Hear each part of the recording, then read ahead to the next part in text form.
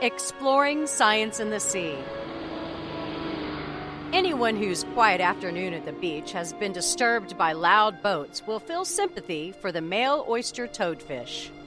Boats can overwhelm its call to females, and it can get the fish all mixed up as well, causing it to change its call or even clam up for hours.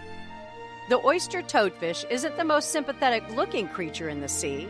It's about a foot long, with a big head, a body covered in mucus and warts, a powerful bite, and spines on its back that are venomous. It lives in shallow bays and estuaries, mainly around oyster reefs. It's found along the east coast, mainly from Cape Cod to Florida.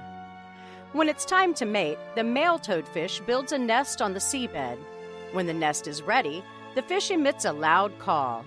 It's called a boatwhistle, although it sounds more like a foghorn.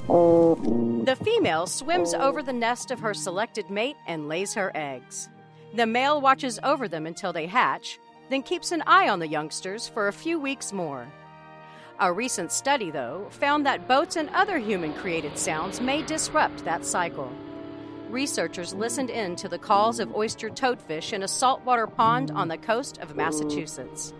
They found that when boats were zipping through the pond, their engines overpowered the toadfish calls. The fish then changed their calls or stayed quiet.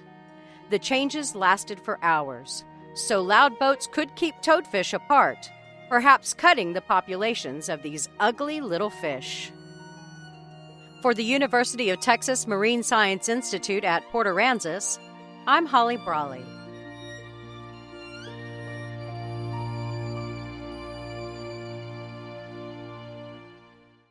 Science in the Sea is part of the Texas Podcast Network, the conversations changing the world, brought to you by the University of Texas at Austin.